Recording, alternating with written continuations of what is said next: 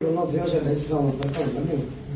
રબારી છું, આ મુસ્લિમ કોણ છે આપણે જાણતા હોય, તમે હિન્દુ છો તો આપણે એમ જાણતા હોય કે એનામાં આપણે નારાજ ના આવે. હવે પણ મને વિશેષ છે 36 વર્ષ મને સાહેબ થયા છે. આ છોકરા છે એની બાપથી કરી, એના બાપથી આગળ દાદાથી કરી, એના ઘણી ભાઈ જ છે. આ ચોથી પેઢી છે. લગભગ અમને બધા જીવ નહીં હોય 80-90 છે. બીજા 85 વર્ષ મોટા અધિકાર લખ્યા છે. અને આ બધો રાતનું પ્રકરણ બન્યું. 3 વાગે કોઈ છોકરા ઘરે સુતેલા હતા. 3 વાગે છોકરા ઘરે સુતેલા હતા અને ઘરેથી એવું લોકો ખાયા. અને પ્રકરણ કરનારો માણસ બીજા છે. માણસોને કબૂલાત પણ લઈ લીધી છે. 2 કોડીના છોકરા છે, કબૂલાત થઈ ગયા. 3 જણા છે કે એવો પ્રકરણ રાપર વેકરે વાડીમાં વાયર કેપર કાપ્યા હોય, પકડાણા તો હોય પકડાણા તો હોય કબૂલાત લઈ લીધી કે દૈસરાવર પ્રકરણ કે અમે કર્યું છે. તો સાહેબાનું માનુકા આપણે તાર આ પડી ગઈ કે કોર્ટ અહીંયા એ કહે કે અમને જમાદારે એમ કીધું છે કે તમે એક કેસ લઈ આવો.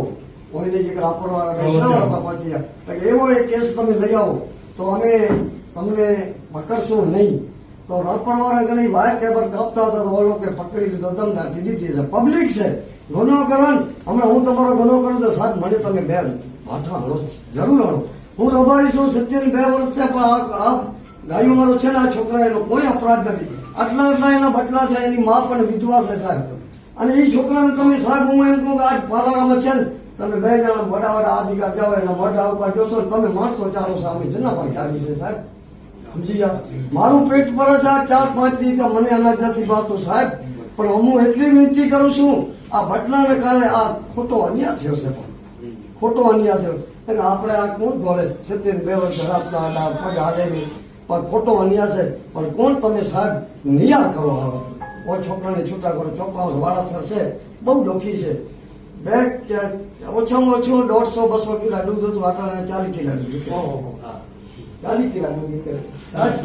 જો વિનંતી કરું કે જરૂર તમે અમારું આ મુસ્લિમ લીધું કોઈ ખરાબ નથી પણ એની વિનંતી એટલી શું મારા બાપ મને શું જરૂર